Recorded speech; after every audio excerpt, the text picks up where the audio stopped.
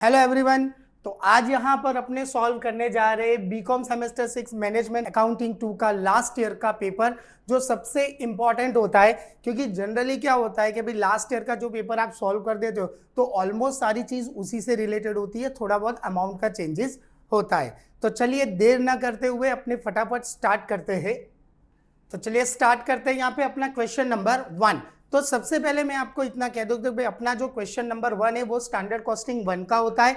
और जनरली अभी तक ऐसा ही हुआ है कि भाई क्वेश्चन नंबर 1 की ओर में मटेरियल वेरिएंसेस की ओर में लेबर वेरिएंसेस पूछा जाता है। तो यहाँ पर आपके सामने सबसे पहले मटेरियल वेरिएंसेस का सम है, फिर आपको लेबर वेरिएंसेस का भी एक सम मैं आपको एक्सप्लेन कर दूंगा। तो ये जो यहाँ पर पूरा चैप्टर है वो 14 मार्क्स का एग्जाम में आता है। तो देखो इसको सॉल्व कैसे करना है, एक बहुत ही शॉर्टकट ट्रिक के साथ आपको यहाँ पे बताने जा रहा हूं। तो सबसे पहली चीज क्वेश्चन में लिखा हुआ है the standard mix of the product M is as follow. आपको यहाँ पर प्रोडक्ट एम प्रिपेयर करनी है और प्रोडक्ट एम बनाने के लिए टोटल 3 मटेरियल चाहिए ए बी सी।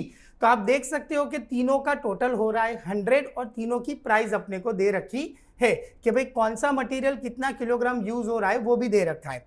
अब जो सबसे इंपॉर्टेंट वर्ड है the normal standard loss in the production is 10%। ये सबसे इंपॉर्टेंट वर्ड है स्टैंडर्ड लॉस। अगर क्वेश्चन में आपको स्टैंडर्ड लॉस दे रखा है तो आपको ये जो स्टैंडर्ड मिक्स दे रखा है वो 100 किलोग्राम का दे रखा है। अपने को यहाँ पर एक्चुअल मिक्स यानी एक्चुअल प्रोडक्शन पे फाइंड आउट करना होता है। तो कैसे फाइंड आउट करना है यहाँ पर थोड़ा ध्यान से देख लो। तो देखो 3 मटेरियल है ए बी सी, ये सबसे इंपॉर्टेंट पॉइंट है। 50, 20, 30 ये तीनों का टोटल कर देंगे, it's called the total production 100। इसमें से पहले स्टैंडर्ड लॉस माइनस होगा 10%, तो 100 का 10% आएगा 10। Then after we get actual production 90।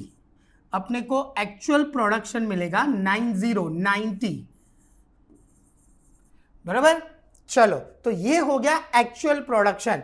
तो उसके बेस पे से अपने टोटल प्रोडक्शन ढूंढ सकते हैं। When actual production is 90 then total production is 100। तो अपने को क्वेश्चन में यहाँ पे एक्चुअल आउटपुट यानी एक्चुअल प्रोडक्शन दे रखा है 21,600 किलोग्राम्स। तो अपने स्टैंडर्ड का टोटल प्रोडक्शन फाइंड आउट कर सकते हैं और उसका आंसर आएगा 24,000 kilogram. Actual 90, total production 100, how much on 21,600। तो ये जो 24,000 आया ये अपना स्टैंडर्ड क्वांटिटी मिला। तो ये जो 24,000 स्टैंडर्ड क्वांटिटी अपने को मिला है उसको यहां पर रेशियो है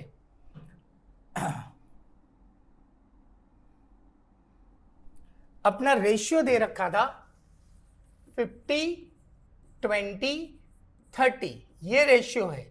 तो जो स्टैंडर्ड क्वांटिटी है उसका टोटल अपने को मिला 24,000।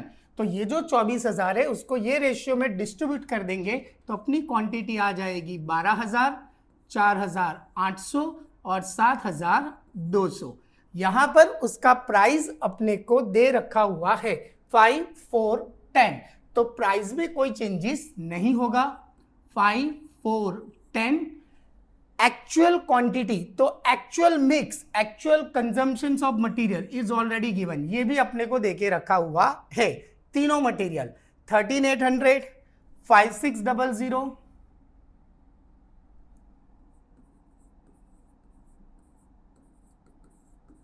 and 8,600। Now price 5.5, 3.75 and 9.5। Clear. तो सबसे पहली चीज अपने को ये टेबल यानी कि स्टैंडर्ड की क्वांटिटी, स्टैंडर्ड प्राइस, एक्चुअल की क्वांटिटी और एक्चुअल प्राइस, ऐसा एक छोटा सा टेबल प्रिपेयर करना है। नाउ दोनों का टोटल कर देने का, दोनों की क्वांटिटी का टोटल। तो यहां पर एक्चुअल का टोटल हो रहा है 28,000 और स्टैंडर्ड का टोटल हो रहा है 24,000। अब ये सॉल्व कैसे करना है? तो देखो अभी तक आपने ऐसा देखा होगा बुक्स में कि भाई किसी ने फॉर्मूला से पढ़ाया, किसी ने टेबल मेथड से पढ़ाया है। यहां पर भी मैं आपको एक सिंपल सा मेथड समझाने जा रहा हूं, बहुत इजीएस्ट मेथड है। आपका समझ लो 10 मिनट में तो आंसर आ जाएगा हाउ टू सॉल्व इट।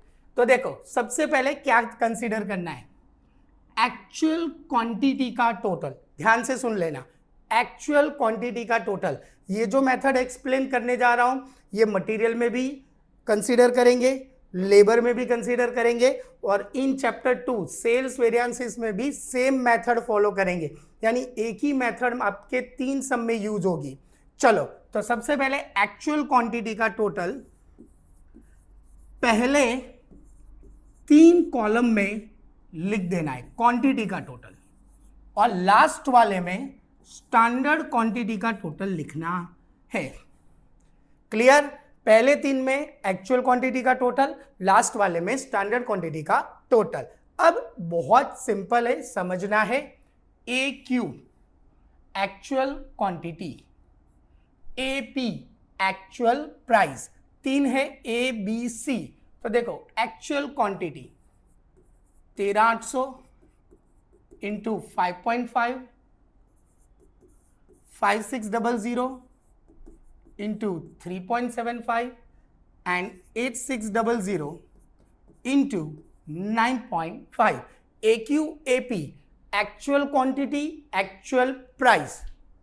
चलो अब यहां पर मल्टीप्लाई करके इसका टोटल करेंगे 75900, 21,000, 81,700 and the total is 178600. चलो नाउ सेकेंड कॉलम AQSP, तो AQ 13,800, 5600, 8600। एक्चुअल क्वांटिटी अपने लिख दी। अब ध्यान से सुनना, आगे क्या लिखा हुआ है, SP, S यानी स्टैंडर्ड, P यानी प्राइस। तो SP आएगा 5, 4, 10, so 69,000, 22,400, 86,000 and the total is 177,400.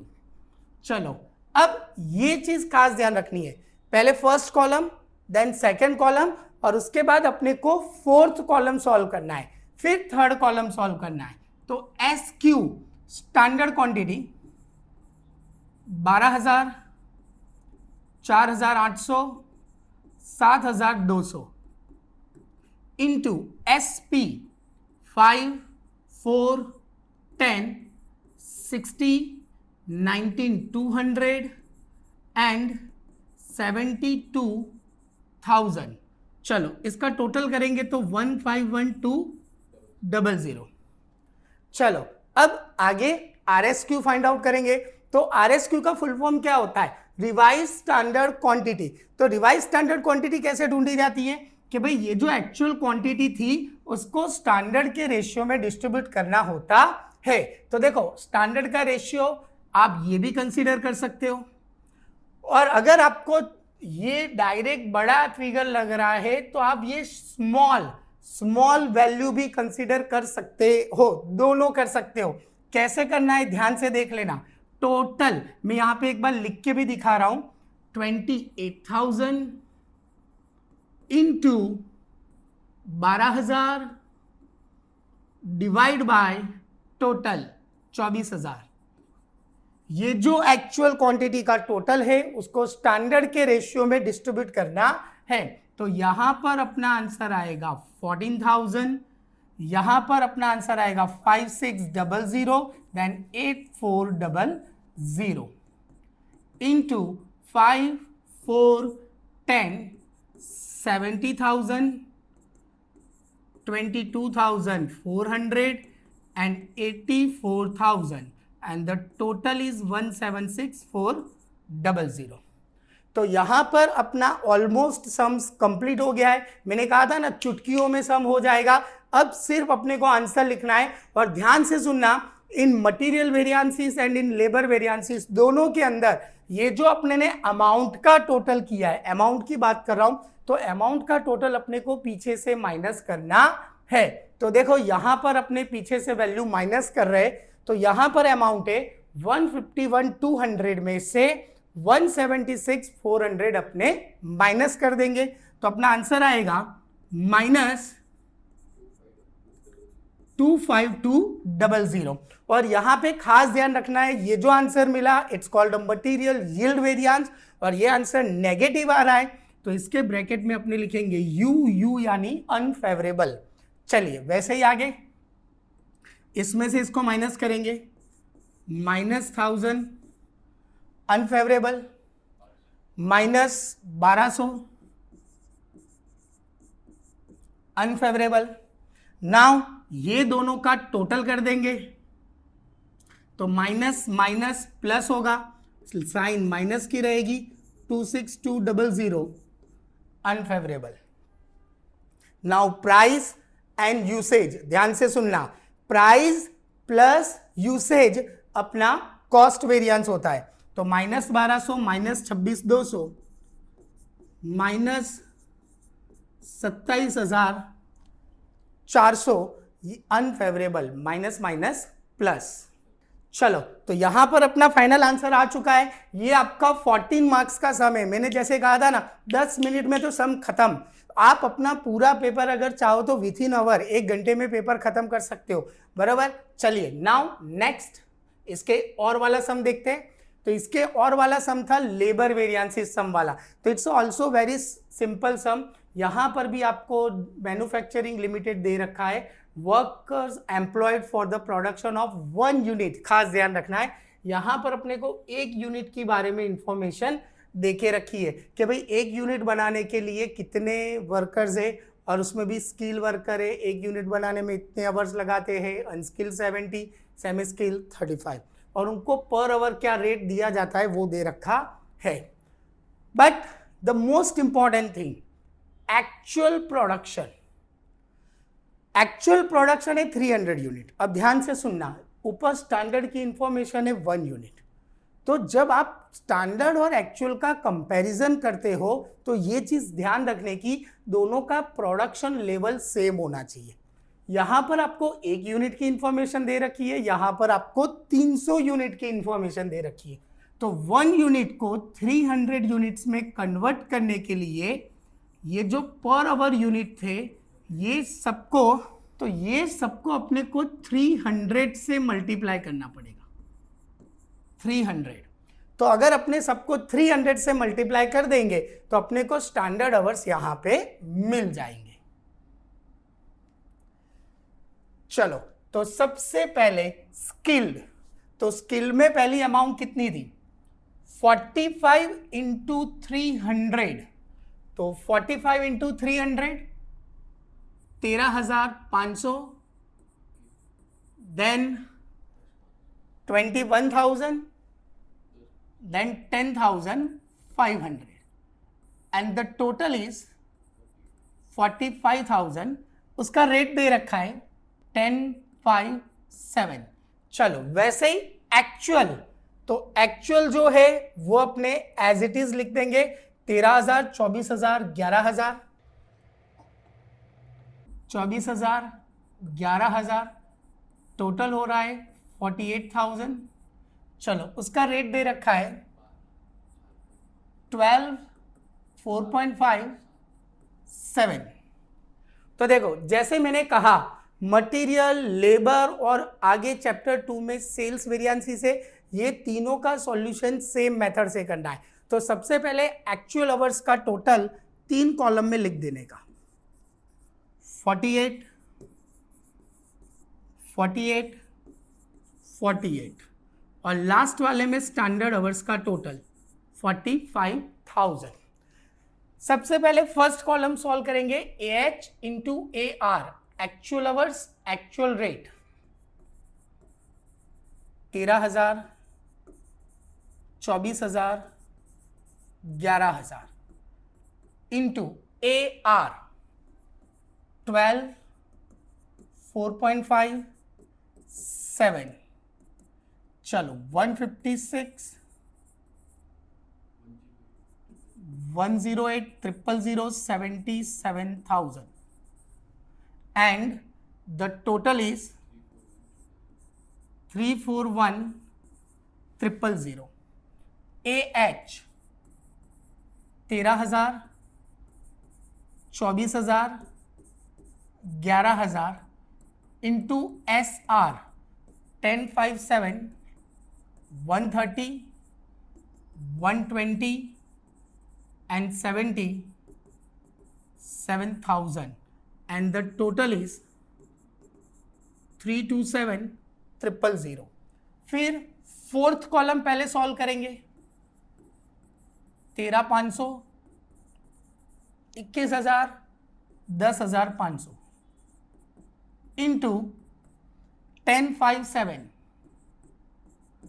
135, 1,05,000 and 73,500 and the total amount is 313,500. 313,500. Now third column RSH revise standard hours into standard rate. तो RSH कैसे ढूंढना है मैंने आगे एक्सप्लेन किया. 48,000 को स्टैंडर्ड के रेशियो में डिस्ट्रीब्यूट करना है. तो 48,000 into 13,500 divide by 45,000. So the answer is 14,400. चलो नेक्स्ट 22,400 इंटू और लास्ट में 11,200. क्या करना है? 48,000 into 13,500 divide by 45,000. Same 48 into 21 divide by 45, 48 into 25 sorry into 10,500 divide by 45 into SR 10, 5, 7, 144, 112,000, 78,400 and the total is 334,400. चलिए तो यहां पर भी same to same material variance जैसा ही है. अपने को पीछे से अमाउंट माइनस करना है. तो 313,500 minus 334,400 and the answer is 209,000 minus में. तो यहां पर आंसर माइनस में आ रहा है तो अपने लिखेंगे माइनस और ब्रैकेट में लिखेंगे यू यानी अनफेवरेबल. चलिए नाउ 334,400 माइनस 327,000. तो answer is in positive 7,400. It's a favourable. 327 minus 341 minus 14,000. It's a unfavourable. Now ये दोनों का total minus plus minus minus 13,500 unfavourable. और लेबर कॉस्ट वेरिएंस यानी रेट प्लस एफिशिएंसी. तो minus minus plus minus 27,500 unfavourable. Actual में ये उसके नीचे लिखना होता है बट स्पेस नहीं है इसलिए मैंने ऊपर लिखा है. आप लोगों को नीचे लिखना है. तो यहां पर अपना क्वेश्चन नंबर 1 फिनिश्ड हुआ. चैप्टर 1 स्टैंडर्ड कॉस्टिंग 1 जो मटेरियल के और में लेबर का भी सम पूछा जाता है. तो आप दोनों में से कोई भी एक सम अच्छी तरह से प्रैक्टिस कर सकते हो. चलो नाउ नेक्स्ट. चलिए क्वेश्चन नंबर 2. क्वेश्चन नंबर 2 होता है अपना स्टैंडर्ड कॉस्टिंग 2 जिसके अंदर दो सम पूछे जाते हैं एक के और में एक, जिसमें ओवरहेड के और में होता है सेल्स वेरिएंसेस. तो ज़्यादातर लोग सेल्स वेरिएंसेस प्रीफर करते हैं, वो बहुत इजी है.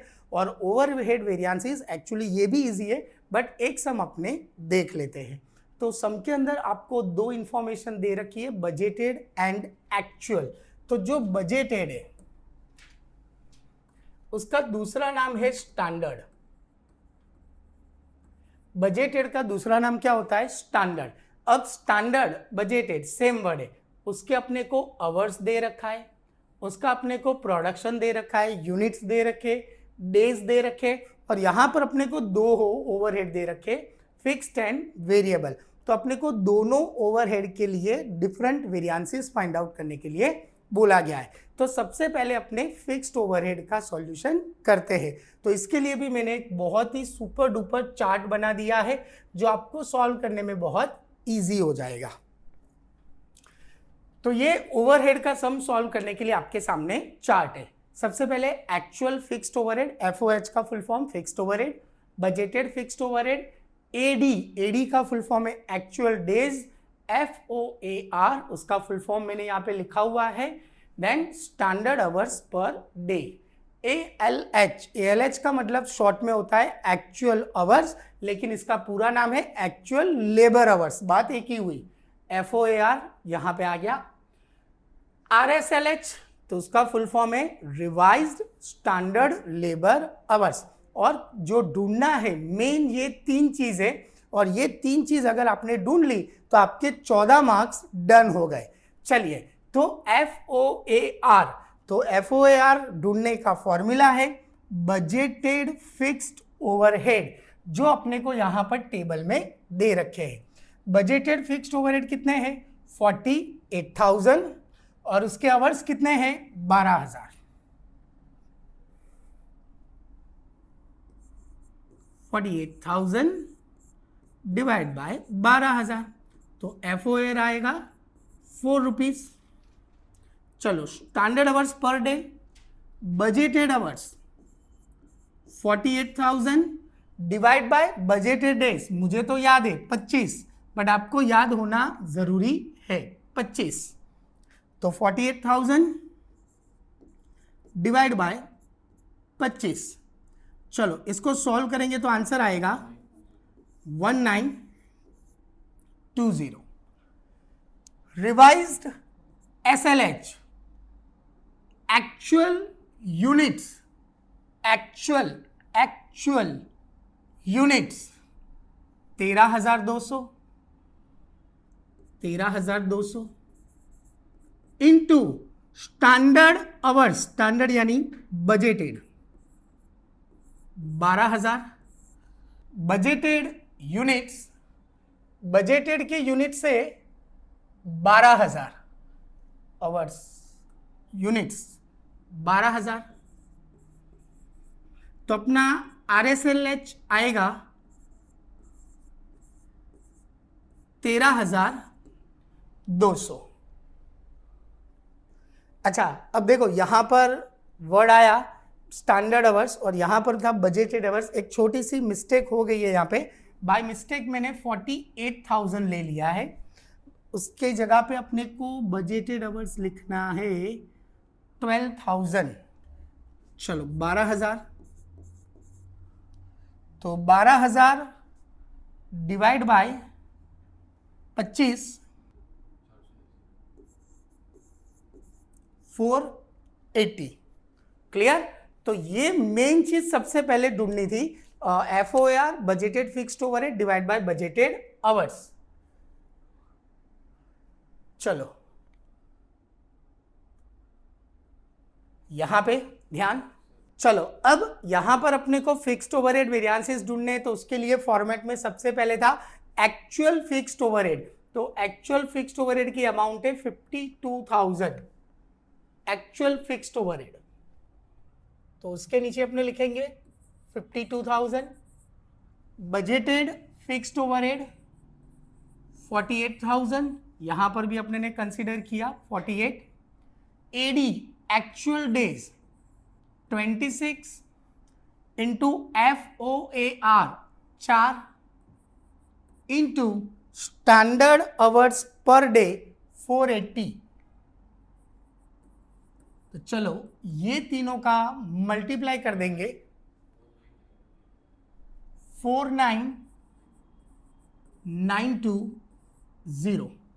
ALH एक्चुअल आवर्स, तो एक्चुअल आवर्स है 13,000 इंटू FOAR 52,000, RSLH 13,200 इंटू 4 52,800। चलो यहां पर भी बिल्कुल सेम मटेरियल लेबर जैसा ही है, पीछे से अपने माइनस करना स्टार्ट करते हैं। तो माइनस करेंगे तो आंसर आएगा +800 favourable. 52 minus 49920 +2080 favourable capacity variance. 49920 minus 48,000 +1920 और 48 माइनस 52 माइनस 4000 अनफेवरेबल। चलो नाउ ये तीनों का टोटल कर देंगे, 1 2 3। कैलकुलेटर आ रही हो? चलो तो ये तीनों का टोटल कर देंगे, तो टोटल आ रहा है +4800 favourable. Now volume plus expenditure -4000 +4800 +800 favourable. तो ये अपना फिक्स्ड ओवरहेड वेरिएंसेस खत्म हुआ। अब उसके साथ में अपने को वेरिएबल के भी वेरिएंसेस ढूंढने हैं। तो देखो करना बिल्कुल ऐसे ही है, FOAR की जगह पे अपने को VOAR ढूंढना है। तो उसके लिए भी सेम फॉर्मूला, लेकिन फिक्स्ड की जगह पे बजटेड वेरिएबल कंसीडर करेंगे 1,50,000 और budgeted hours 12,000 and the answer is 12.5. Now actual VOH variable, तो एक्चुअल वेरिएबल है 162,500। यहां पे V आएगा, वेरिएबल है 162,500। एक्चुअल आवर्स, तो एक्चुअल आवर्स है 13,000 13,000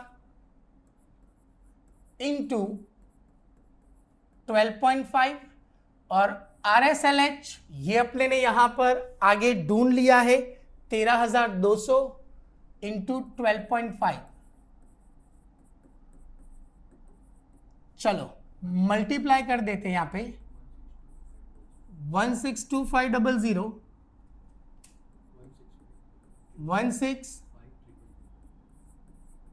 16,300। चलो पीछे से माइनस करेंगे, +2500 फेवरेबल।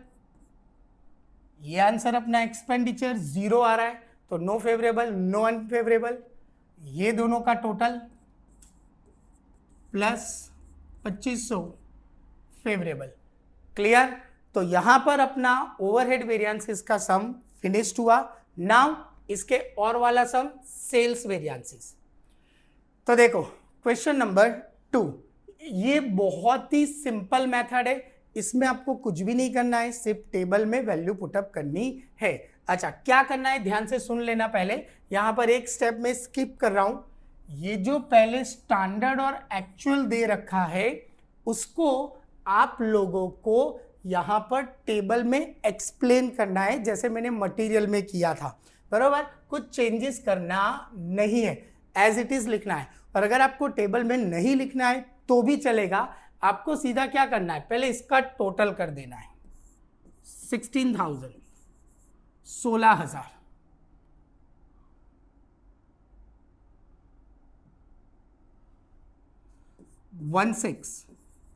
16,000 और यहां पे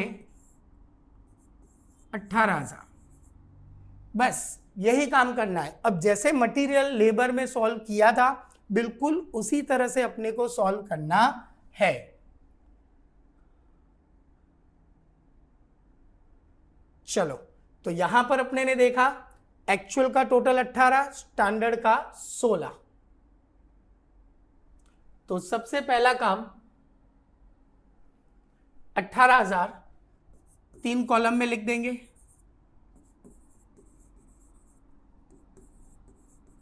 और SQ में 16,000।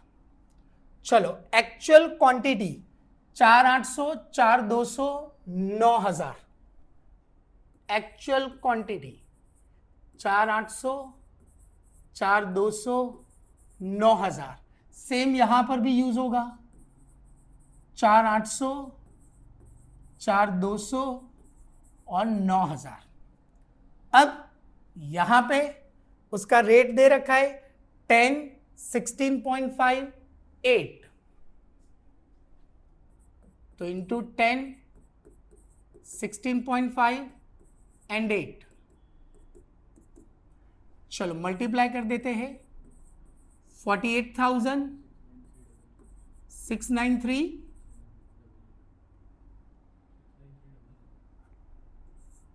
चलो यहां पे 72,000 and the total is 1893,000।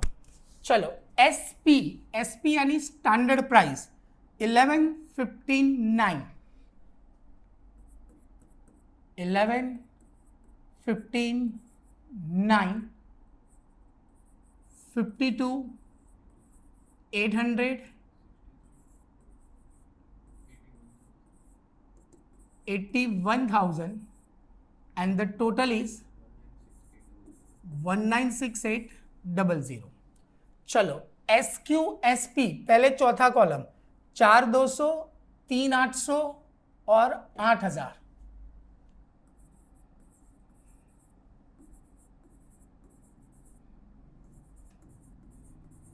Into SP 11,15,9,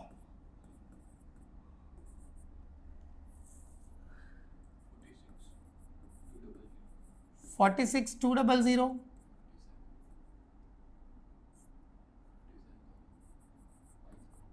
57,000, 72,000 and the total is 175200। चलो अब थर्ड कॉलम तो वैसे ही सॉल्व करना है जैसे मटेरियल और लेबर में किया, RSQ यानी स्टैंडर्ड के रेशियो में डिस्ट्रीब्यूट कर देते हैं। चलो तो यहां पर आंसर आएगा 18,000 इंटू 4,200 डिवाइड बाई 16,000, 4725। नेक्स्ट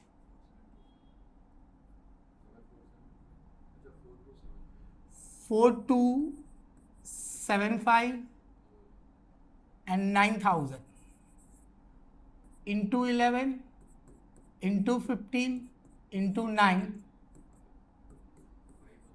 51,975, 64,125।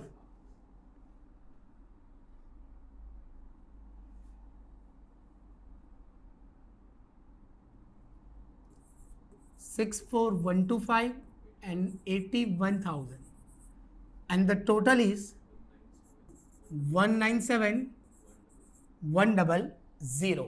तो देखो सेम टेबल एज मटेरियल जैसे अपने ने ड्रॉ किया था बिल्कुल उसके जैसा ही टेबल प्रिपेयर हो रहा है, बट दोनों में डिफरेंस क्या है?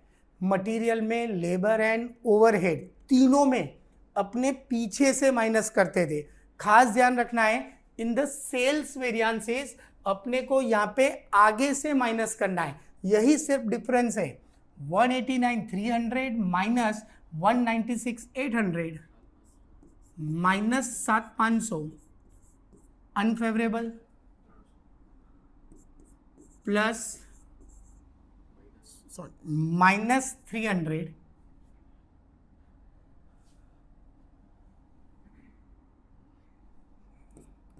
Unfavourable 21,900 favourable. चलो ये दोनों को प्लस कर देंगे तो plus 21,600 favourable plus minus minus plus 14,100 favourable. तो यहां पर अपना दोनों जो सबसे बड़े क्वेश्चन है 14 मार्क्स के ये खत्म हुए। ओके तो यहाँ पे खास ध्यान रखना है आप मटेरियल या लेबर में से कोई भी एक सिलेक्ट कर लो और यहाँ पर आप ओवरहेड और सेल्स में से कोई भी एक सिलेक्ट कर लो। चलिए तो आगे अब अपने सॉल्व करने जा रहे हैं question number 3। Question number 3 capital budgeting. तो यहाँ पर अपने को दो मशीन्स के बारे में इंफॉर्मेशन दे रखी है, जिसमें दोनों की लाइफ दे रखी है, दोनों की परचेज प्राइस दे रखी है, और यहाँ पर अपने को एक्सपेंसेस दे रखे हैं। तो एक चीज खास ध्यान रखना है, जब आपको एक्सपेंसेस दे रखे हो तो उसको कॉस्ट के अंदर, इन शॉर्ट परचेज प्राइस में ऐड किया जाता है। चलो, स्क्रैप वैल्यू दे रखी है और टैक्स रेट दे रखा है 50%, 50%, और एक्सपेक्टेड रेट ऑफ रिटर्न अपने को दे रखा है 10%। चलो, now the estimated earning after depreciation and before taxation of both the machine is as under। तो यहां पर अपने को अर्निंग्स दे रखी है, खास ध्यान रखना है अर्निंग्स कौन सी वाली दे रखी है, after depreciation and before tax, यानी कि डेप्रिसिएशन काउंट कर लिया है लेकिन अभी तक टैक्स काउंट किया नहीं है। तो देखिए, सबसे पहली चीज, दो चीज ढूंढ लेने की, number 1 total investment and number 2 depreciation. तो एक्स का टोटल इन्वेस्टमेंट है 920 प्लस 30। तो सबसे पहले टोटल इन्वेस्टमेंट, जिसमें परचेज प्राइस एंड एक्सपेंसेस को प्लस कर देंगे, 920 प्लस 30, तो एक्स का इन्वेस्टमेंट हुआ 950, एंड वाई, तो वाई का इन्वेस्टमेंट हुआ 960। चलिए, नाउ स्टेप नंबर 2, अब अपने को फाइंड आउट करना है डेप्रिसिएशन। तो डेप्रिसिएशन का बहुत सिंपल सा फॉर्मूला है, C minus S upon N, C यानी कॉस्ट। तो मशीन एक्स कॉस्ट है 950 माइनस स्क्रैप वैल्यू दे रखी है 50,000 डिवाइड बाय एस्टिमेटेड लाइफ 5, तो 9 लाख डिवाइड बाय 5, डेप्रिसिएशन की अमाउंट आएगी 1,80,000 rupees. Same procedure for Y, 960 minus scrap value 60 upon 5, machine Y का भी डेप्रिसिएशन सेम आ रहा है 1,80,000। It's not a necessary. चलिए, नाउ थर्ड स्टेप। तो सबसे पहले अपने ने देख लिया कौन सा अर्निंग्स दे रखा है, after depreciation and before tax. तो फॉर्मेट कैसे बनाना है यहाँ पे ध्यान से देख लो। चलो, दो मशीन है एक्स और वाई, मैंने एक्स मशीन का यहाँ पर आपको फॉर्मेट समझा रहा हूं। अपने को क्या दे रखा था, after depreciation and before tax.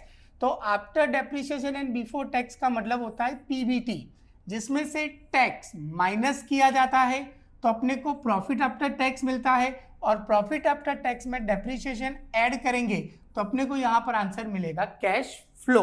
अब मशीन एक्स का जो भी यहां पर इंफॉर्मेशन दे रखा था after depreciation and before tax, तो ये सारी वैल्यू मैंने यहां पे लिख दी है।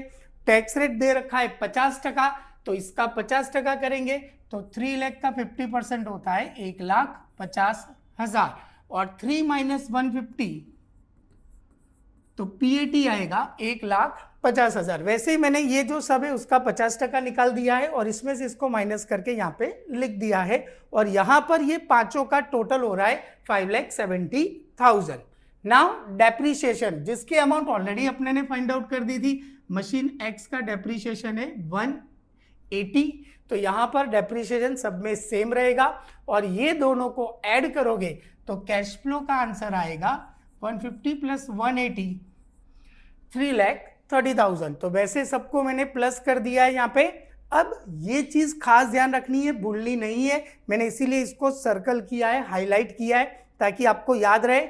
जो अपना लास्ट ईयर का कैश फ्लो है उसके अंदर दो चीजें ऐड होती है, नंबर 1 स्क्रैप वैल्यू और नंबर 2 वर्किंग कैपिटल अगर दे रखी हो तो यहां पर अपने को स्क्रैप वैल्यू दे रखी है तो अपने ने स्क्रैप वैल्यू प्लस कर दिया है 50,000।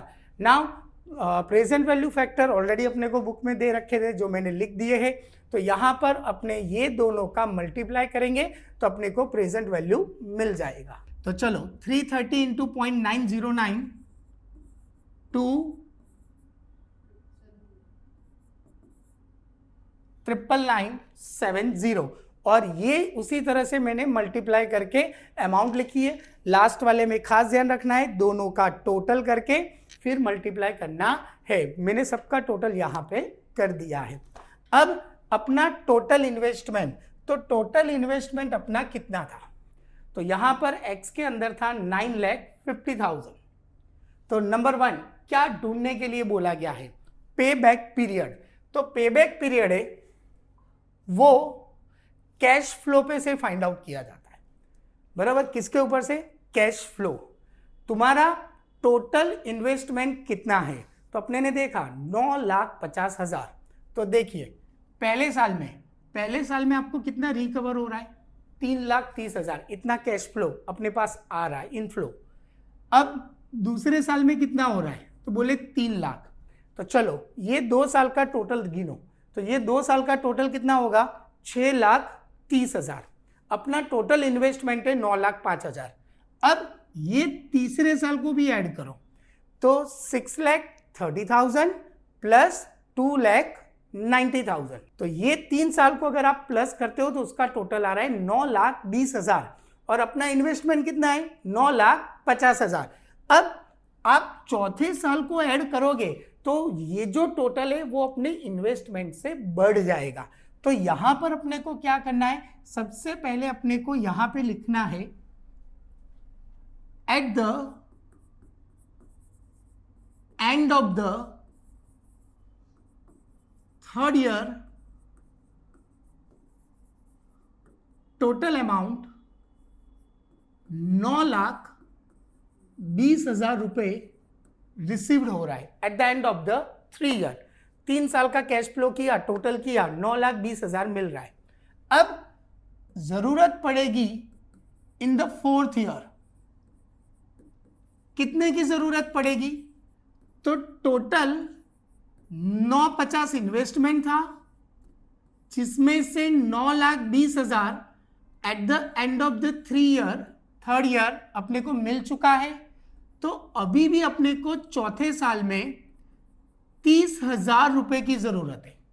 इन द 4th ईयर चौथे साल में 30,000 रुपए की जरूरत है। लेकिन चौथे साल में अपना कैश फ्लो कितना है? 2,80,000। बहुत ज्यादा कैश फ्लो है, पर अपने को नेसेसिटी सिर्फ कितना है? 30,000 है। तो ये जो चौथे साल का कैश फ्लो है उसको यहां पर डिवाइड में पुटअप करना है। 30,000 रुपए डिवाइड बाय 2,80,000। इन शॉर्ट यहां पर अपने को उसका रेशियो ढूंढ लेना है डिवाइड करके कि कितना नेसेसिटी है। तो 30,000 डिवाइड बाय 2,80,000, चलो 0.11। इसका मतलब ये हुआ कि भाई पूरे साल में अपने को 2,80,000 रुपए का कैश इनफ्लो आ रहा है। लेकिन अपने को 280 नहीं चाहिए, अपने को सिर्फ कितना चाहिए था? 30,000। तो वो 30,000 का आंसर कितना आया? 0.11। तो यहां पर आप अपना आंसर दो तरह से लिख सकते हो। Number 1 end of the 3rd year, और आंसर यहां पर आया 0.11 ईयर। ये दोनों को प्लस करो, सो आंसर इज 3.11 ईयर्स। इसका मतलब ये हुआ अपने ने जो 9,50,000 रुपए इन्वेस्ट किया था वो अपने को 3.11 ईयर्स में रिटर्न मिल रहे। हाँ, इसका आंसर आप ऐसे भी लिख सकते हो, ये जो 0.11 ईयर है उसको इंटू 12 कर दो, इंटू 12 कर दो, तो यहां पर अपना जो आंसर है वो मंथ में कन्वर्ट हो जाएगा। 3 इयर्स एंड 1.32 आ रहा है, यानी अप्रोक्सीमेटली 1 मंथ, बराबर। पॉइंट को राउंड फिगर अप कर देना है। तो आप दोनों तरह से भी आंसर लिख सकते हो। चलिए number 2, average rate of return. तो average profit upon average investment into 100। Average profit का formula total profit divide by total number of years. Total profit किसका? Total PAT, profit after tax का टोटल 5,70,000 और 5 साल दे रखे हैं, तो 570 डिवाइड बाय 5 114,000। ये हो गया एवरेज प्रॉफिट। एवरेज इन्वेस्टमेंट का फॉर्मूला, तो total investment 950 plus scrap value 50,000 divide by 2, तो एवरेज इन्वेस्टमेंट आ जाएगा 5 लाख। खास ध्यान रखना है, एवरेज इन्वेस्टमेंट में स्क्रैप वैल्यू ऐड की जाएगी। तो divide by 5 lakh into 100 and the answer is 22.8%. Now NPV total present value, तो टोटल प्रेजेंट वैल्यू किया था 11,555,20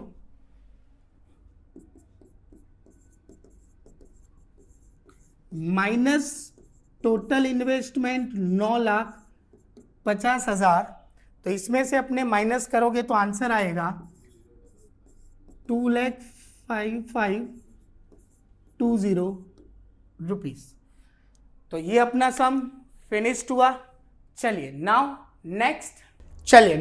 नेक्स्ट और वाला सम देखते हैं। Surekha limited wants to invest ₹3 lakh in an investment scheme. वो 3 लाख रुपए इन्वेस्टमेंट करना चाहती है and in additional amount ₹1 lakh will have to be made in stock and receivables during its life. तो ये जो स्टॉक एंड रिसीवेबल्स लिखा हुआ है इसका मीनिंग होता है वर्किंग कैपिटल। आपको क्वेश्चन में वर्किंग कैपिटल दे रखी है 1 लाख। जो वर्किंग कैपिटल है वो टोटल इन्वेस्टमेंट में ऐड हो जाती है। Total investment 3 lakh plus 1 lakh, तो टोटल इन्वेस्टमेंट हो गया 4 lakh rupees. Now depreciation is to be charged on straight line. Straight line से गिनना है। उसकी यूजफुल लाइफ मशीन की दे रखी है 10 ईयर्स। तो डेप्रिसिएशन का फॉर्मूला है C-S/N, बट कॉन्सेंट्रेशन ये जो वर्किंग कैपिटल है उसके ऊपर डेप्रिसिएशन काउंट होता नहीं है। तो 3 लाख अपना इन्वेस्टमेंट हुआ minus scrap value 0/N 10 years. तो यहां पर डेप्रिसिएशन की अमाउंट आएगी 30,000 रुपीज। क्लियर? तो ये अपना डेप्रिसिएशन आ गया। अब देखो क्वेश्चन में क्या दे रखा है, किस तरह की इनकम दे रखी है। तो इनकम में क्या दे रखा है, आफ्टर डेप्रिसिएशन एंड टैक्स। तो आफ्टर डेप्रिसिएशन एंड टैक्स का मतलब होता है PAT, प्रॉफिट आफ्टर टैक्स। तो अपना कॉलम क्या बनेगा, प्रॉफिट आफ्टर टैक्स के अंदर ये जो डेप्रिसिएशन की अमाउंट है वो ऐड करनी पड़ेगी, बराबर। तो अपने को कैश फ्लो मिल जाएगा। अच्छा, साथ में ये चीज भी ध्यान रखनी है, ये वर्किंग कैपिटल है तो वर्किंग कैपिटल लास्ट ईयर में ऐड होती है। जैसे मैंने लास्ट वाला सम समझाया था कि स्क्रैप वैल्यू प्लस किया था, वैसे वर्किंग कैपिटल भी लास्ट ईयर में ऐड होती है। चलिए तो इसका सम देखते हैं। तो पहले तो फॉर्मेट, तो प्रॉफिट आफ्टर टैक्स जो दे रखा था वो लिख दिया, डेप्रिसिएशन 30,000 जो फाइंड आउट किया वो लिख दिया, सब में सेम रहेगा। दोनों को ऐड कर दिया, profit after tax plus depreciation equals to net cash flow. तो अपने ने ऐड कर दिया।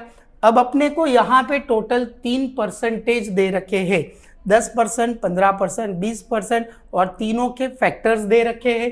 तो तीनों के फैक्टर्स पहले लिख देने के, 10% वाले, 15% वाले और 20% वाले, और ये तीनों का मल्टीप्लीकेशन नेट कैश फ्लो के साथ करना है। फॉर एग्जाम्पल 70,000 इंटू 0.90963,630,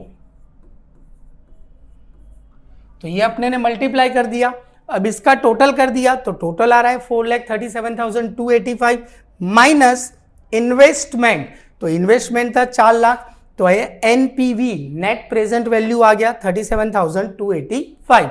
वैसे ही ये नेट कैश फ्लो को 15% के साथ मल्टीप्लाई किया फैक्टर के साथ और 20% के साथ भी मल्टीप्लाई करके उसका अपने ने टोटल कर दिया है और उसमें से इन्वेस्टमेंट माइनस कर दिया है।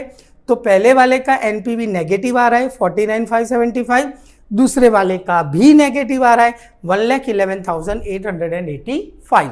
अब अपने को क्वेश्चन में IRR internal rate of return ढूंढने के लिए बोला है, तो खास ध्यान रखना है IRR का रूल है एक NPV पॉजिटिव होना चाहिए और एक NPV नेगेटिव होना चाहिए। तो देखो यहां पर तो पॉजिटिव एक ही है तो ये तो कंसीडर करना ही पड़ेगा, और उसके परसेंटेज कितने 10, तो ये दोनों काउंट होंगे। अच्छा, अब ये दोनों में कौन सा कंसीडर करना है ये खास ध्यान रखना है, जो जीरो के नियरेस्ट होता है यानी कि जीरो के नजदीक होता है। तो देखो जीरो के नजदीक कौन सा वैल्यू है 49575, नियरेस्ट टू जीरो, तो ये दोनों अपने को कंसीडर करना है। तो चलिए क्वेश्चन देखते हैं। तो देखो, rate of discount at lower trial it's called a, जो 10% था और दूसरा था 15%। तो दोनों में कौन लोअर है कौन अपर है? तो अपर 15%। नेट एक्सेस ऑफ पीवी यानी कि डिफरेंस एनपीवी, तो प्रेजेंट वैल्यू था डिफरेंस 37285 और एक अपर ट्रायल का यानी शॉर्टफॉल जिसको नेगेटिव, बट अपने को नेगेटिव अमाउंट लिखनी नहीं है, सिर्फ अमाउंट लिखनी है। अब यहां पर इसको फॉर्मूला में पुटअप कर देंगे। ए 10%, अपने लिखेंगे सिर्फ 10 plus C 37285 upon 37285 plus D 49575, 15 minus 10. So the answer is here 10, 37285 into 5. Total is 86860. The final answer is 10 plus multiply कर देंगे 37285 into 5 divide by 86860. The answer is 2.15. Then the final answer is 12.15%. तो ये अपना IRR internal rate of return आ चुका है। ये थोड़ी लंबी प्रोसीजर है, हो सके तो ये सम भले बहुत इजी है, खाली मल्टीप्लाई करके टोटल करके अपने को फॉर्मूला में पुटअप करना है एनपीवी निकाल के, बट थोड़ा लेंदी मेथड है। तो आप दूसरा ऑप्शन सिलेक्ट कर सकते हो, यानी कि पहले जो सम समझाया अगर वो इजी रहता है तो वही ज्यादातर आप प्रीफर करें। चलो नाउ नेक्स्ट, चलिए क्वेश्चन नंबर 4। क्वेश्चन नंबर 4 होता है मार्जिनल कॉस्टिंग। ये भी 14 मार्क्स का चैप्टर है।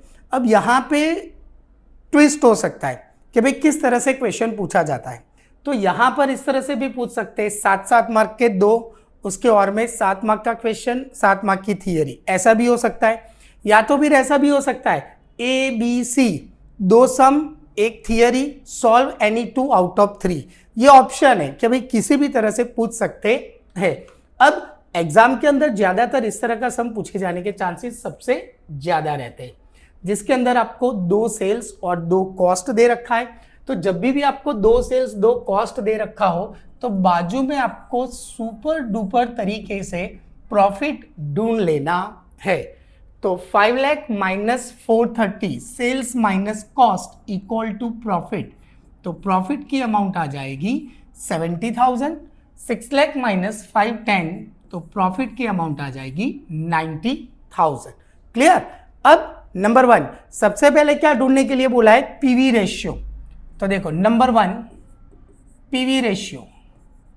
तो पीवी रेशियो का फॉर्मूला है change in profit upon change in sales into 100.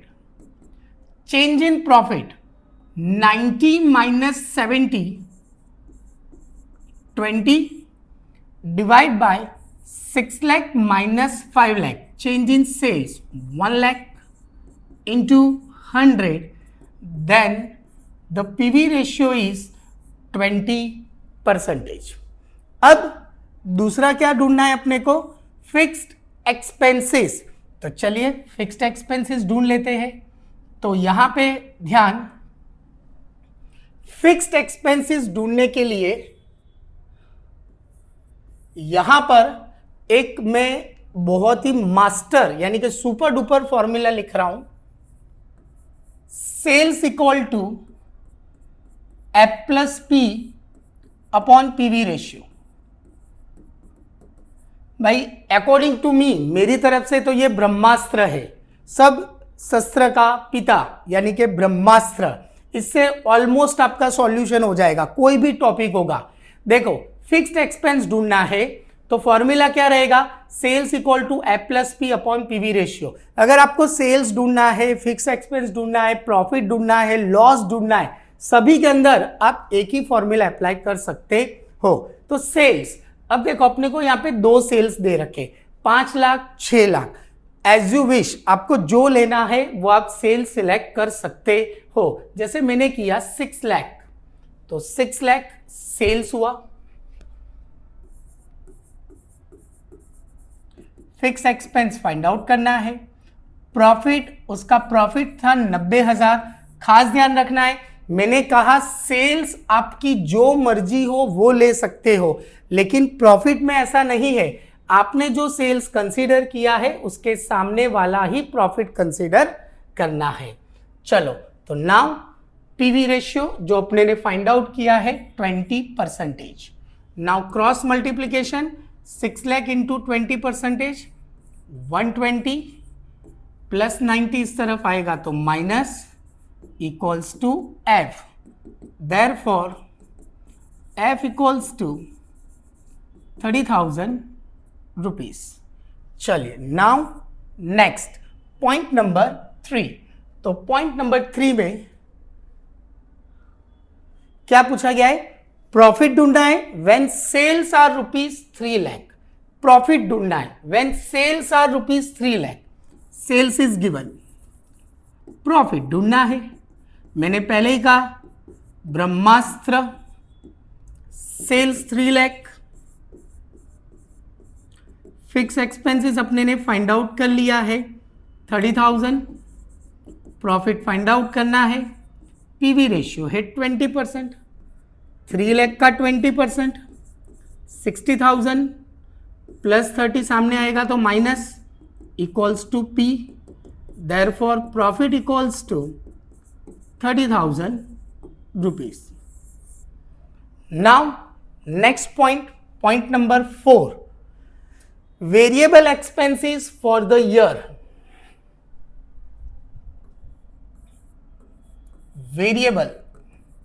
Variable expenses कैसे ढूंढा जाता है? तो इट्स वेरी सिंपल। सेल्स में से कंट्रीब्यूशन माइनस कर दो। 2023, तो 2023 का सेल से 2023 का सेल से 6 लाख। और कंट्रीब्यूशन, तो कंट्रीब्यूशन कैसे निकाला जाता है? तो यहां पे लिख रहा हूं sales into PV ratio. Contribution कैसे निकाला जाता है? Sales into PV ratio. तो 6 लाख और 6 लाख का कंट्रीब्यूशन यानी पीवी रेशियो 20% था तो 120, तो वेरिएबल आ जाएगा 4,80,000 रुपीज। बरोबर। चलो, नाउ नेक्स्ट क्या ढूंढना है? सेल्स ढूंढना है ऑन प्रॉफिट 30,000। तो मैंने अभी समझाया, एक ही अपने पास बेस्ट फॉर्मूला है। सेल्स ढूंढना है, प्रॉफिट दे रखा है 30,000 रुपए, तो F 30,000, profit is given 30,000, PV ratio 20%, तो 30 plus 30 60,000 divide by 20%, the sales amount is ₹3 lakh. Sales आ गया। बरोबर। चलो, now next point, break even point. 6th break even point का formula F upon PV ratio. F fix cost 30,000, PV ratio 20%, 30,000 divide by 20%, break even point आएगा 1,50,000 रुपए। चलो, now next, तो ये सम अपना फिनिश्ड हो गया। Next sum B, following is the details of Shyam company limited. क्या क्या इंफॉर्मेशन दे रखी है? तो सेल्स अपने को दे रखा है 18 पर यूनिट और 20,000 यूनिट से, तो दोनों को मल्टीप्लाई कर दो तो अमाउंट आ जाएगी 18 इंटू 20,000 3,60,000 रुपए, ये सेल्स आ गया। नाउ प्रॉफिट वॉल्यूम रेशियो, तो 33.33% का मतलब होता है 1/3 ऑल्सो, और एमओएस मार्जिन ऑफ सेफ्टी दे रखा है 45%, ब्रेक इवन पॉइंट ढूंढना है इन यूनिट्स। तो देखो सबसे पहली चीज ब्रेक इवन पॉइंट ढूंढने के लिए अपने को एमओएस मार्जिन ऑफ सेफ्टी का फॉर्मूला अप्लाई करना पड़ेगा। एमओएस का फॉर्मूला है sales minus break even point, बराबर। तो देखो अपने को ब्रेक इवन पॉइंट ढूंढना है, तो माइनस ब्रेक इवन पॉइंट इस तरफ आएगा तो प्लस, तो ब्रेक इवन पॉइंट का फॉर्मूला क्या बन जाएगा, sales minus margin of safety. अच्छा, अब एक चीज खास ध्यान रखना, margin of safety and break even point, यहां पे मैं लिख रहा हूं margin of safety plus break even point equals to sales होता है, बराबर। तो देखो मैं एज्यूम कर रहा हूं कि भाई सपोज सेल्स 100 है, मार्जिन ऑफ सेफ्टी है 45%, तो उसका मतलब बीईपी कितना होगा, तो 100 माइनस 45, बीईपी होगा 55। तो आप डायरेक्ट भी कर सकते हो, लेकिन स्टेप ये है सेल्स 360, एमओएस 45%, सेल्स का ही 45%, 162 माइनस करोगे तो बीबी की अमाउंट आएगी 198,000 रुपीज। जैसे मैंने कहा 55 यानी परसेंटेज, तो आप डायरेक्ट सेल्स का 3,60,000 का 55% भी निकाल सकते हो, तो आंसर आ जाएगा बीईपी। चलो अब ये तो रुपीज में आया, बट बीईपी अपने को पूछा गया यूनिट्स में है, तो रुपीज को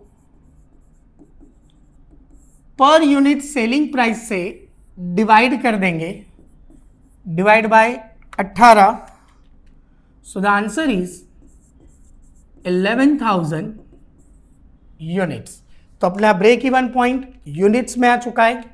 अब अपने को फिक्स एक्सपेंस ढूंढना है, तो देखो फिक्स्ड एक्सपेंसेस अपने पास ब्रेक इवन पॉइंट आ चुका है, पीवी रेशियो दे रखा है, तो नंबर 2 प्रॉफिट ढूंढना है, फिक्स्ड एक्सपेंस ढूंढना है, तो पहले फिक्स्ड एक्सपेंस ढूंढते हैं। तो बीईपी का formula F upon PV ratio,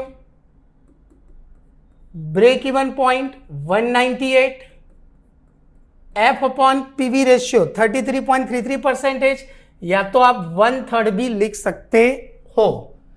1/3 multiply में आएगा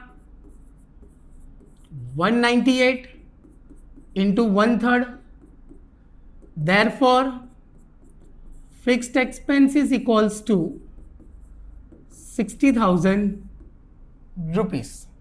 तो ये फिक्स कॉस्ट आ गया। नाउ प्रॉफिट ढूंढना है, तो प्रॉफिट का फॉर्मूला मैंने आपको बताया हुआ है, फॉर्मूला ब्रह्मास्त्र F plus P upon PV ratio, sales है 360, फिक्स कॉस्ट 66, प्रॉफिट ढूंढना है, पीवी रेशियो 1/3, तो सामने मल्टीप्लाई करोगे तो 1/3 हो जाएगा, 360 का 1/3 120, ये प्लस है, सामने जाएगा तो माइनस, इक्वल्स टू प्रॉफिट, तो प्रॉफिट इक्वल्स टू 54,000 रुपीज। तो पहले 3 टॉपिक हो चुके हैं। Now 4th topic, new break even point ढूंढना है, बट कंडीशन क्या है, फिक्स्ड एक्सपेंस इंक्रीज बाय 10%। तो formula new break even point F upon PVR, लेकिन उन्होंने कंडीशन क्या रखी है, जो फिक्स्ड एक्सपेंस है वो 10% इंक्रीज हो रहा है, तो 66,000 प्लस 10%, तो फिक्स्ड हो जाएगा 72600 डिवाइड बाय 1/3, तो 1/3 है, 3 ऊपर चला जाएगा, इंटू 3, तो अमाउंट आएगी 2,17,800 रुपये। बट उन्होंने अमाउंट नहीं पूछा है, उन्होंने इन यूनिट्स पूछा हुआ है। तो इन यूनिट्स के लिए डिवाइड बाय 18 कर देंगे। Answer is 12,100 units. चलो, now next point, new break even point if sales units increase by 25%। अब देखो सेल्स यूनिट इंक्रीज हो रहे हैं, तो देखते हैं आगे। सेल्स यूनिट इंक्रीज हो रहे हैं 25%। 20,000 यूनिट थे, 25% बढ़ रहे हैं। 20,000 यूनिट थे, 25% बढ़ रहे हैं। तो 20,000 unit plus 25%, so the sales unit amount is 25,000। अब सेल्स कितना होगा, तो 25,000 इंटू 18 रुपए,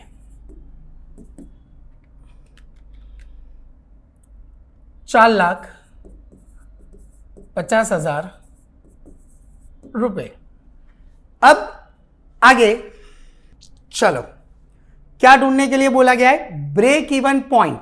तो देखो मैंने अभी समझाया था, sales MOS plus BEP equal to sales. अगर सेल्स 100 है, एमओएस 45 है, तो बीईपी कितना हुआ 55। तो यहां पर अपने को सेल्स मिल चुका है, तो अपने डायरेक्ट ब्रेक इवन पॉइंट निकाल सकते हैं।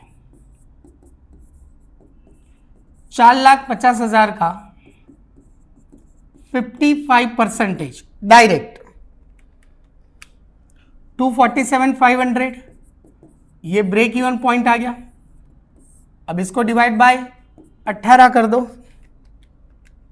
So the answer is 13,750 units, क्योंकि अपने को यूनिट्स में पूछा गया था। क्लियर। तो यहां पे ये मार्जिनल कॉस्टिंग का बहुत ही इंपॉर्टेंट सम्स है, ये खास ध्यान रखना है, प्रैक्टिस करना है इस तरह के सम्स की। चलो नाउ नेक्स्ट और वाला सम, एडवांस में ही कह रहा हूं, this sum it's called a key factor method, जिसमें दो प्रोडक्ट दे रखी है, तो कौन सी प्रोडक्ट सबसे पहले बनानी है, क्वेश्चन पढ़ते।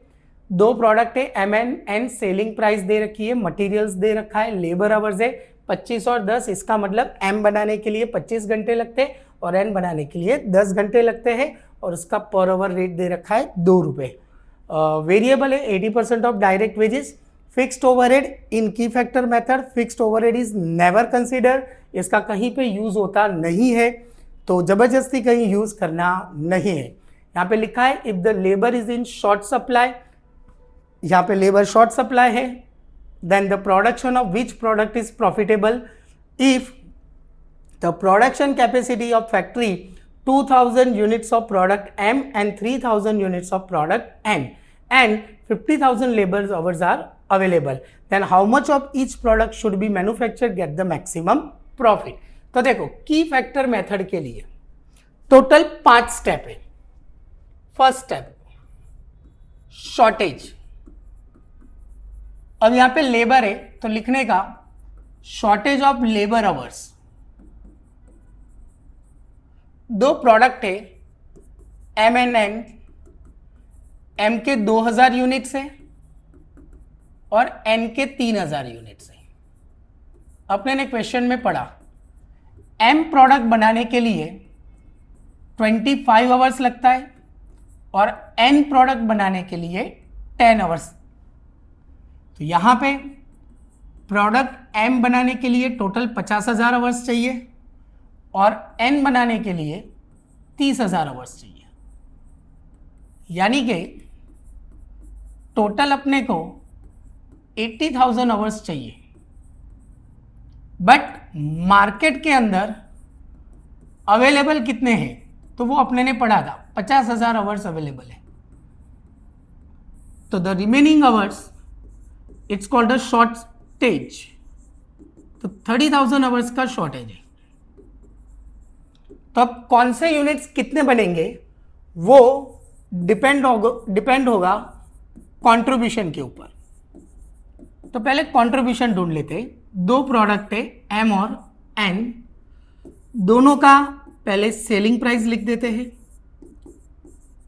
और सेलिंग प्राइस में से तीन चीज माइनस होगी। एक माइनस होगा मटेरियल, दूसरा माइनस होगा वेजेस और तीसरा माइनस होगा वेरिएबल ओवरहेड। तो अपने को यहां पे दोनों प्रोडक्ट का कंट्रीब्यूशन मिल जाएगा। सेलिंग प्राइस, तो दोनों प्रोडक्ट की सेलिंग प्राइस अपने को यहां पे दे रखी है 300 और 206।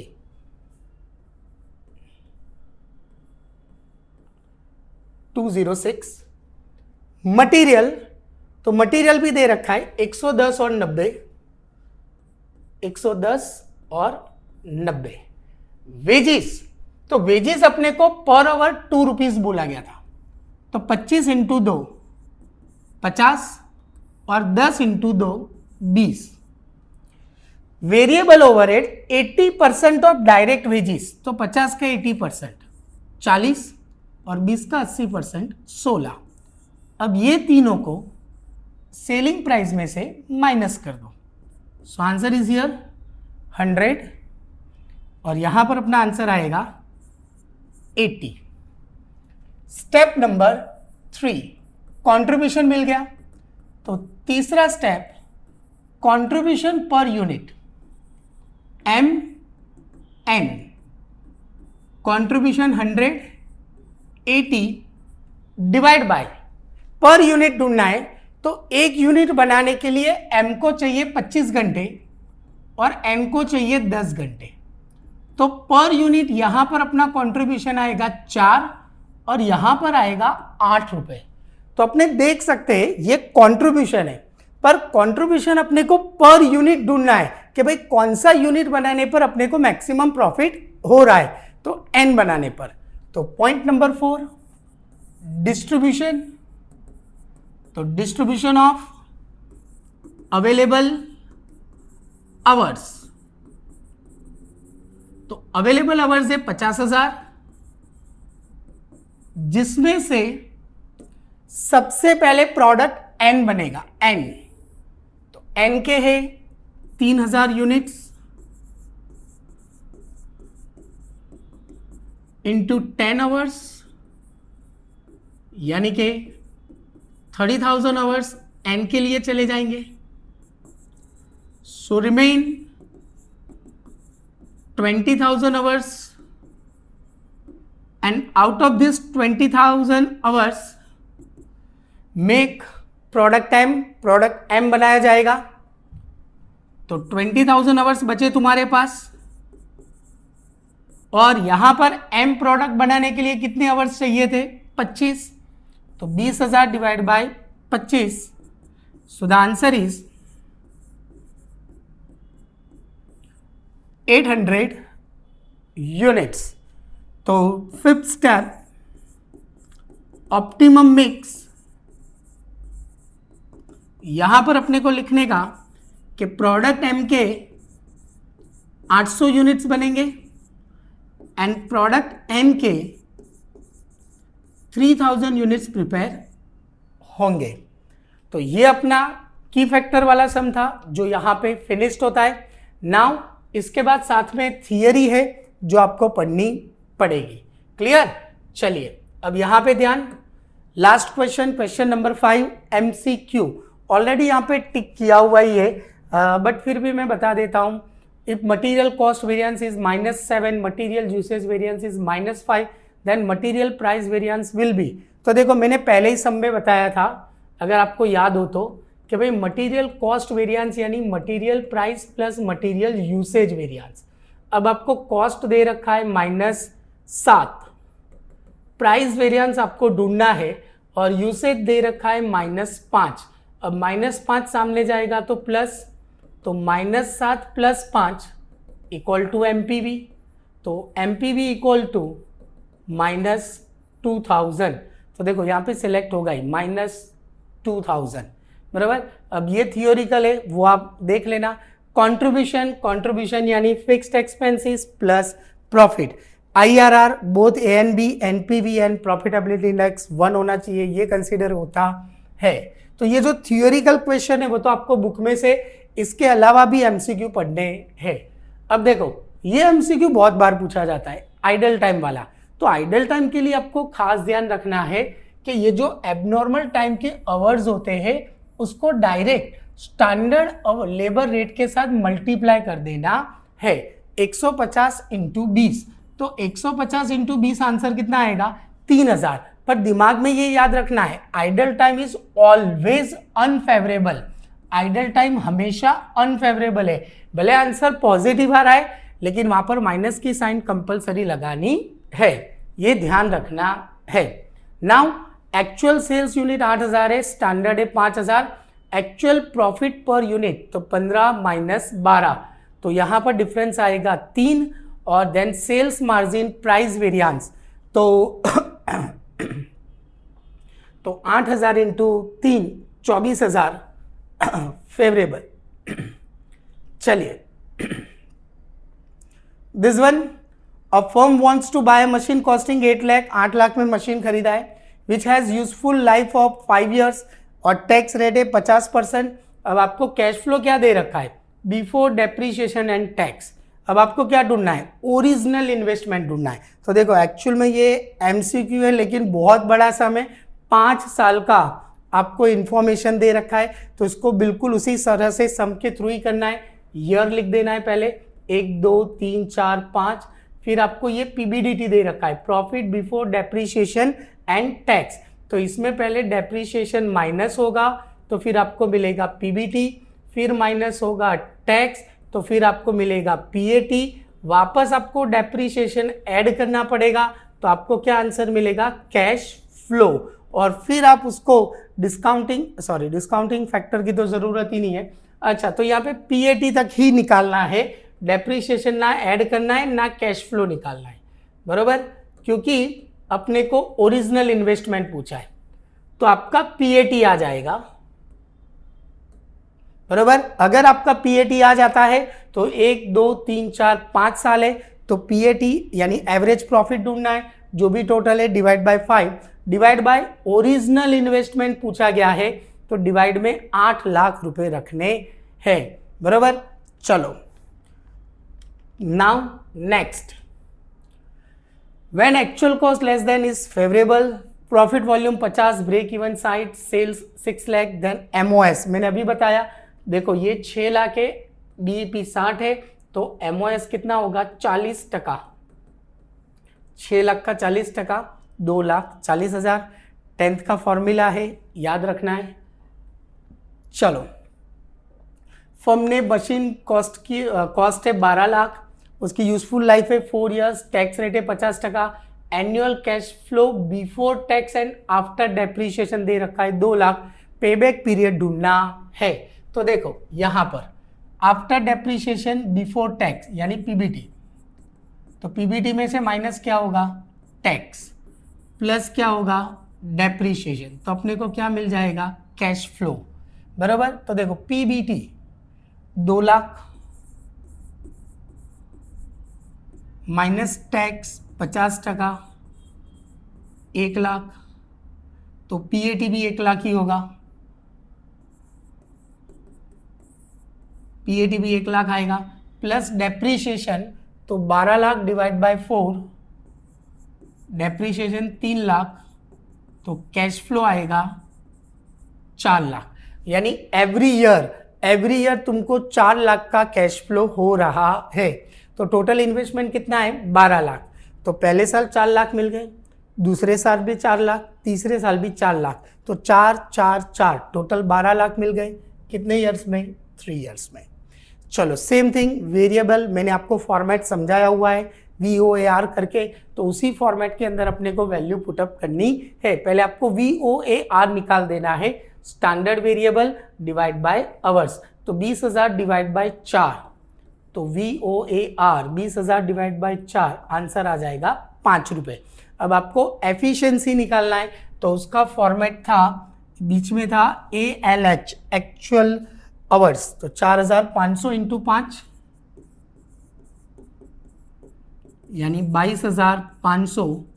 और RSLH, तो RSLH के लिए अपने ने फॉर्मूला लिखवाया हुआ है कि जैसे कि यहाँ पे यूनिट से 4,000 पे 4,000, तो 4,400 पे कितना इंटू 5, तो RSLH इंटू VOAR, तो RSLH आएगा अपना 4,400 इंटू 5 यानी कि 22,000, और 22,000 में से ये माइनस करोगे तो आंसर आएगा -500, तो -500। क्लियर? तो ये MCQ है, और MCQ में प्रैक्टिकल के लिए खास ध्यान रखना है, आपको सारे फॉर्मूलाज याद होने चाहिए, और थियोरिकल MCQs तो आपको सारे पढ़ लेने हैं। डन? तो अगर आपको यहाँ पर 2024 के पेपर में कोई भी डाउट है तो आप मुझे कॉल या मैसेज कर सकते हो। Thank you so much. और हाँ, यहाँ पर मैं आपको कह रहा हूँ कि अगर आपको हमारी एप्लीकेशन ऑनलाइन अगर एक दिन के लिए भी चाहिए तो हमने आज बहुत ही सुपर डुपर डिस्काउंट रखा हुआ है, बहुत सुपर डुपर, यानी कि आप सोच भी नहीं सकते हो इतने लो रेट में हम आपको ये पूरा का पूरा कोर्स देख रहे हैं कि जिसको 1 नाइट में स्टडी करना है तो आप पूरा स्टडी भी कर सकते हो। Okay, thank you so much.